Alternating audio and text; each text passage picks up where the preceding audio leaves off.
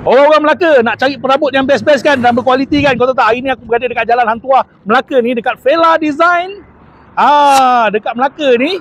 Nak bawa korang naik dekat sini dan tengok 3 konsep yang ada kat dalam ni. Jom. Memang menarik perhatian, moden, rustik dan juga klasik. Untuk rumah desa moden ni, desain-desain dia semuanya nampak cantik. Warna putih tu menyerlahkan lagi warna perabot dalam rumah korang tau. Perabot-perabot dia memang nampak solid, memang kenalah dengan alaf baru macam ni. Kalau pilihan korang rumah desa rustik macam ni, dah tentulah peminat-peminat warna kayu. Suka pada desain yang timbul dan nampak kasar tapi sebenarnya lembut je. Sesuai untuk yang berjiwa seni. Antara semua ni, pilihan aku ialah yang klasik. Memang jiwa aku ni. Korang nampak tak desain putih ala-ala Inggeris kat situ? Corak-corak dia memang dipersembahkan untuk rumah desa tau. Nampak aman, tenang dan sesekali dengan desain Chesterfield. Antara sofa, meja makan, aku lebih suka kepada desain katil dia. Bukan saja nampak cantik tau, tapi sinonim dengan konsep rumah desa tu. Korang boleh datang sini dan tengok konsep-konsep yang ada. Sinonim betul klasik dengan jiwa aku. Okay guys, kalau kau masuk ke kawasan ni, kau akan jumpa generasi-generasi Vela Design. Semuanya kat sini desain dia cantik-cantik. Ya betul, desain-desain yang terdahulu daripada Vela Design ni pun semuanya cantik-cantik. Masih relevan lagi 2025 ni untuk korang pilih.